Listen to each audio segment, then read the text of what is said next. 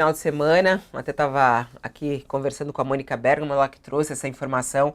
No domingo, o tombo do presidente Lula.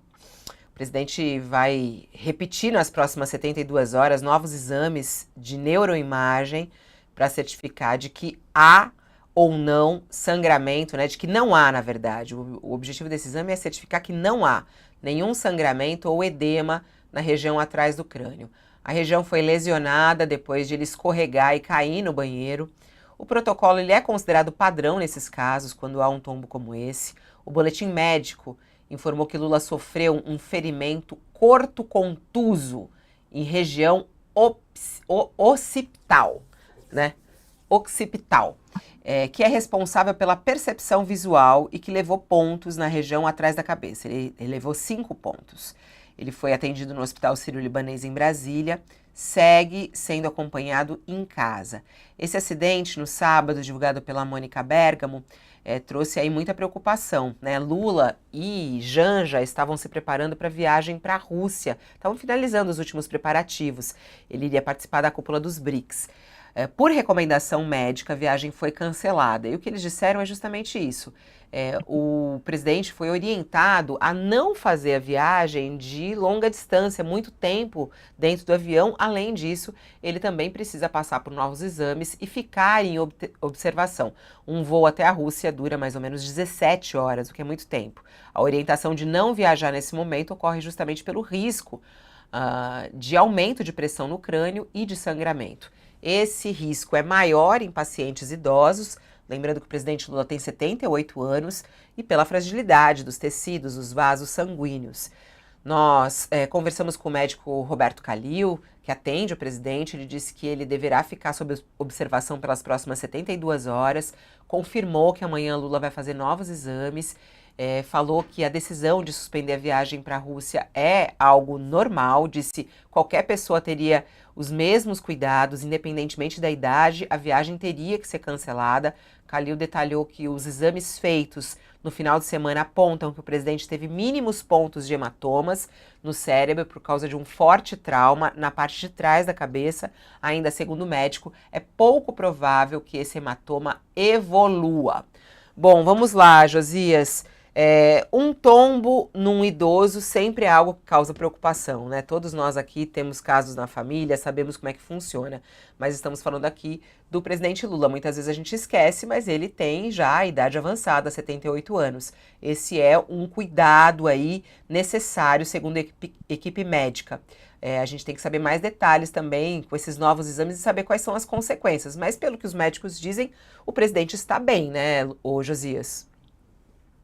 É verdade, e deve-se torcer para que, de fato, o presidente esteja bem, está submetido aí aos cuidados de bons médicos, e o que se espera é que ele esteja bem, de fato. Agora, a mim me incomoda, Fabiola, a forma como esse assunto vem sendo tratado, desde que se soube que o presidente tinha caído no banheiro. Caiu no sábado, no banheiro do Alvorada, né? Informou-se que ele estava num banco, estava acomodado num banco, ainda não sabe como é que ele foi ao chão estando sentado, né? Aí foi atendido no Hospital Sírio-Libanês, aqui em Brasília, e divulgaram só no dia seguinte, no início da tarde de domingo, saiu um boletim médico, e um boletim muito econômico e até meio obscuro, 2 parágrafos apenas. Num parágrafo, informou-se que o presidente teve esse ferimento corto-contuso em região occipital, e no outro parágrafo, anotou-se que o presidente foi orientado a evitar viagem aérea de longa distância, mas que pode exercer suas demais atividades. Vai ficar sob acompanhamento de uma equipe médica. Em linguagem de gente, o Lula sofreu um corte atrás da cabeça. Levou 5 pontos, mas a nota do hospital, o boletim do hospital, não informou que ele levou 5 pontos. Teve que cancelar a decolagem para a Rússia no domingo, porque em casos assim, há o risco de sangramentos intracranianos pequenos se tornarem grandes. Daí o monitoramento médico, né? Isso também não foi esclarecido na nota. Olha, é normal que assim se faça, a viagem é desaconselhável, porque vai ficar sob monitoramento.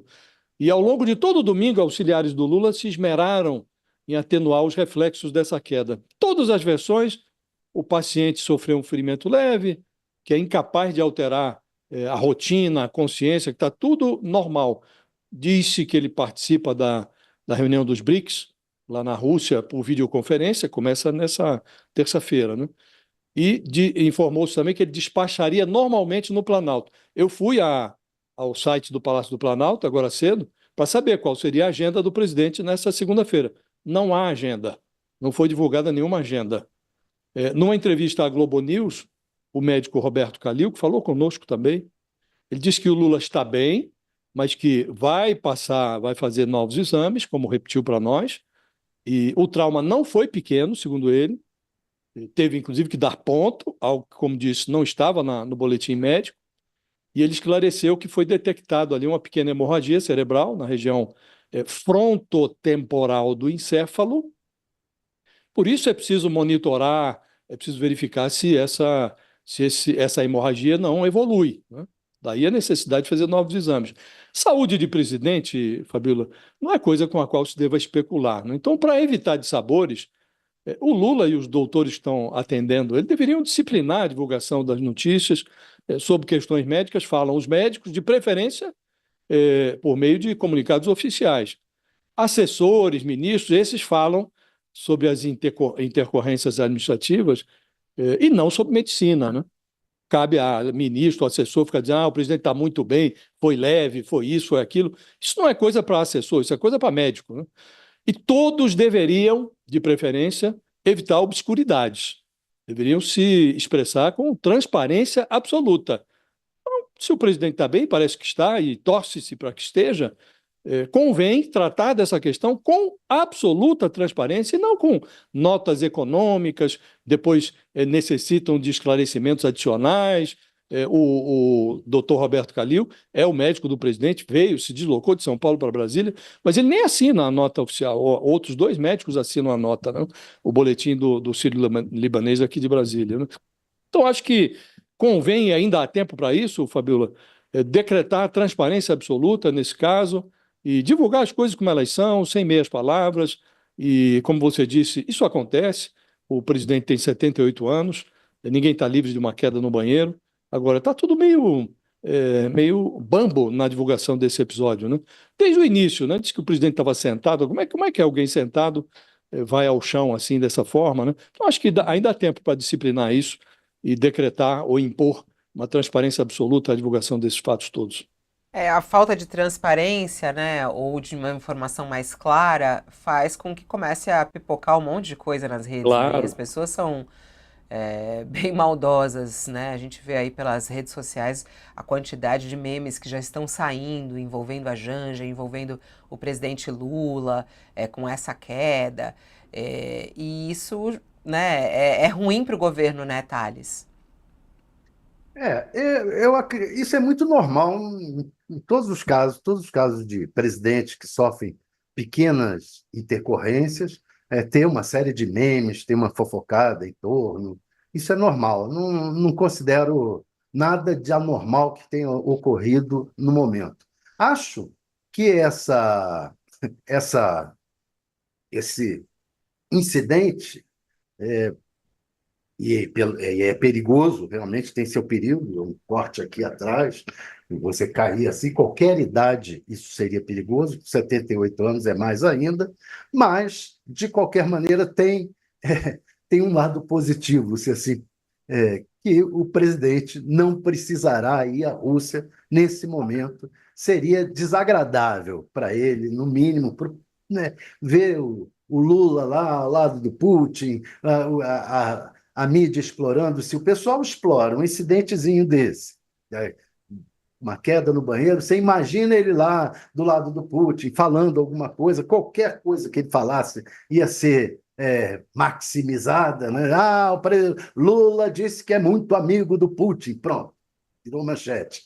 Então, foi muito bom ele não precisar ir à Rússia nesse momento.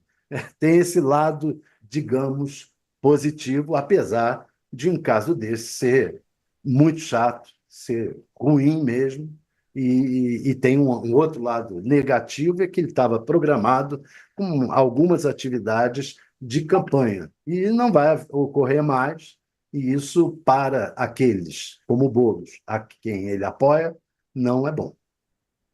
A consequência, né? Isso é super importante, com certeza. A gente está a 6 dias das eleições, a campanha de. Ele gravou bastante pro Boulos, né, para essa reta final, mas tinha aí uma expectativa de que ele pudesse. Ele não viria, porque ele ia estar na Rússia, né, Thales? Ele não ia mesmo participar de nenhum evento público com o Boulos até o dia da eleição, né? Estava previsto, Fabiola, que ele gravaria na sexta-feira que vem, mas ainda pode fazer isso, se tiver em boas condições, ele gravaria uma aparição com o Boulos em vídeo, né? Seria Fazer. não precisaria se deslocar de viagem, nada de viagem, então pode ser que ainda faça isso, né? Estava previsto para sexta-feira, mesmo que ele viajasse à Rússia, no retorno ele faria essa aparição em vídeo, por videoconferência, uma última aparição com o Boulos. Aliás, eu estava até olhando aqui nas redes sociais do presidente para ver se tinha alguma informação relacionada à queda.